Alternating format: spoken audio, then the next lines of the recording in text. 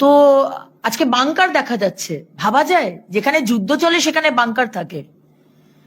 আর আপনি বলতে চান যে মমতা ব্যানার্জির পুলিশ এটা জানে না?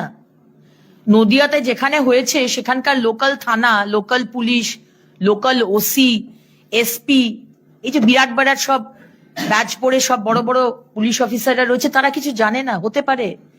আপনি দেখুন যে ফেন্সিডিল রাখা হচ্ছে তার থেকে কিছু পার্সেন্টেজ কাটমানি লোকাল থানাতে যায়। সবকিছু থেকে এভরিথিং ইজ অ্যালাউড এখানে। আপনি ফেন্সিডিল রাখুন, বোম রাখুন, গুলি রাখুন, গরু রাখুন, মহিলা রাখুন, আপনাকে শুধু কিছু লক্ষ টাকা, কোটি টাকা থানাতে দিয়ে দিতে হবে।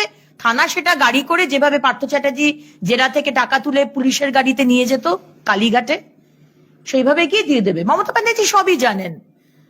হতে পারে উনি মুখ্যমন্ত্রী, পুলিশ মন্ত্রী, স্টেট আইবি কি করছে স্টেট আইবি জানে না?